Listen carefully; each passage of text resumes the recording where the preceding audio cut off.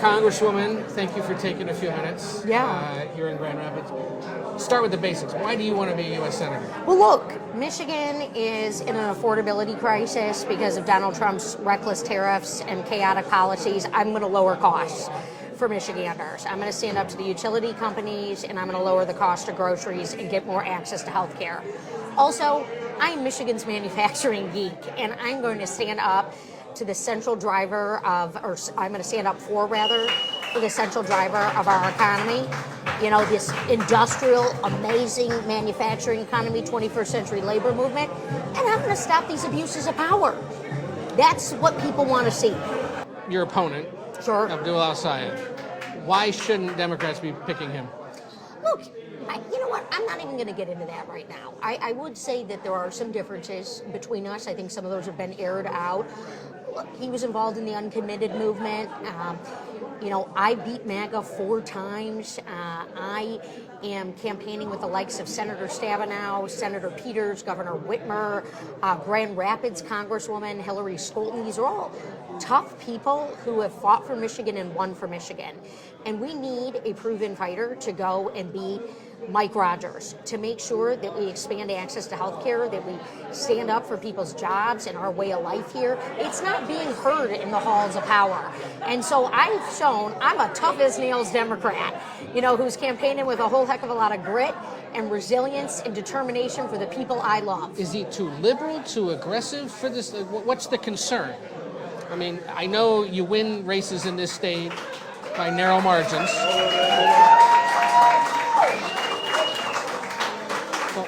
Why can't he win? Well, look, I can only speak to what I've done, you know, which is I beat MAGA 4 times. I've won tough primaries, and you know, Abdul is also, you know, chosen, you know, a path of anger, you know, a path of he is really frustrated, which a lot of Michiganders are. But we also need plans. You know, it is not just slogans and bullhorns and big rallies. This is 6 years of hard, unglamorous work that I'm signing up for. I'm Michigan's workhorse. That's what I want to be. My opponent, he's already got his website for president. I just want to help Michigan. I just want to fight for Michigan and make sure we're heard. If you win and the Democratic Party gets behind you, who belongs in that party and who doesn't? Well, look, I'd say that this is a Michigan moment, and anybody who wants to stand up to the chaos and the abuses of power, you know, there's a lot of chatter, I know that, and I am very eager to say that this is about the future of my state. And anyone who's on board with the future of Michigan and our manufacturing economy and stopping members of Congress and presidents and vice presidents from trading stocks while in office, of, you know, ushering in kind of a new generation of prosperity for folks, standing up to RFK Jr., leading from a science-first agenda. That's what I have done in the Congress. That's what I'm going to do as Michigan's next U.S. Senator. And I think I'm the proven fighter who's meeting the moment. Look, I might be the underdog in this race. That's okay with me. I decided to get uncomfortable, and I'll tell you why. A fully paralyzed veteran last year asked me if he was still going to get his benefit check because he saw Elon Musk swinging a chainsaw around and cutting through, you know, our agencies of government. That is not acceptable. Tax dollars need to work for the taxpayers, or they need to be returned to the taxpayers.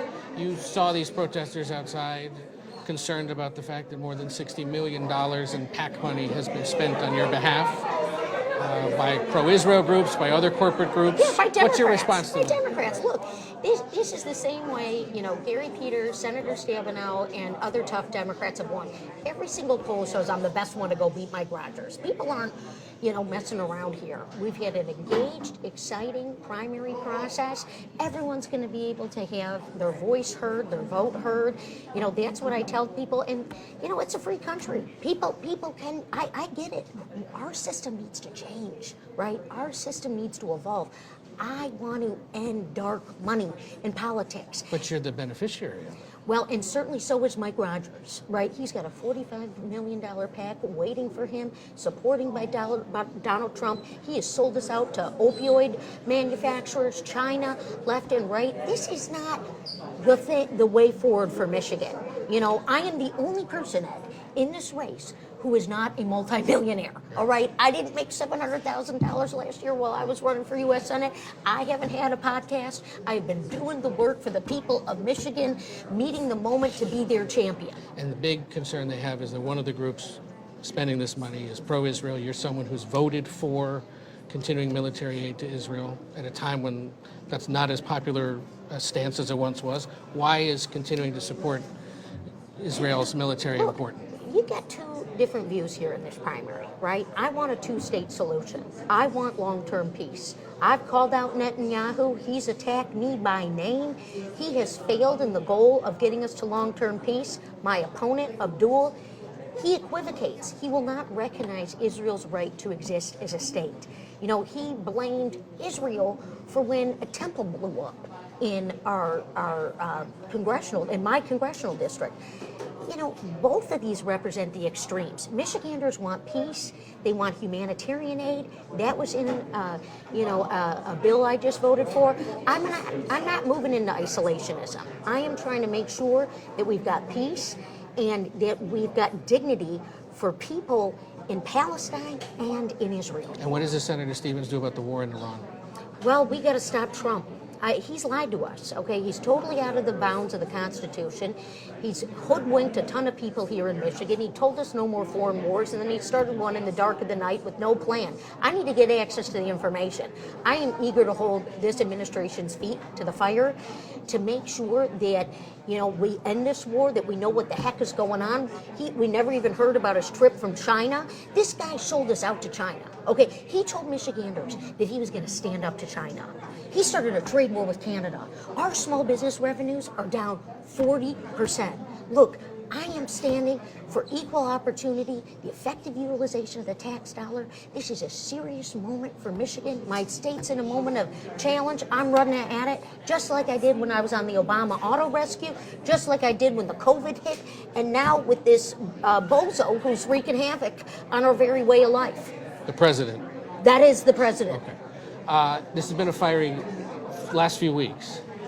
You gonna be able to support him if El-Sayed wins the primary? Look, I'm gonna do anything to stop this Mike Rogers who wants to rubber stamp Trump. He's not been campaigning. He's been hiding in his, home in Florida. This is not the deal here. You know, I'm happy to be a part of a rigorous campaign process. I'm out here earning this. This is the Michigan way. You know, look, my dad is still out there, 81 years old, doing his landscaping jobs. That's who I am. I'm a workhorse, and I'm happy to be, participating in democracy. I'm glad you're out here, engaging in what's going on here in Michigan, maybe spending a few bucks with your crew. That's what we need, because the Canadians certainly aren't coming in right now, and we're paying the price. Tourism's down. Costs are up. People are getting hurt. I don't like it. This president doesn't care. He's only made it worse. Congresswoman, thank you for taking a few minutes. Thank you. Appreciate Thank it. you. I'm fired up for Michigan. Clearly.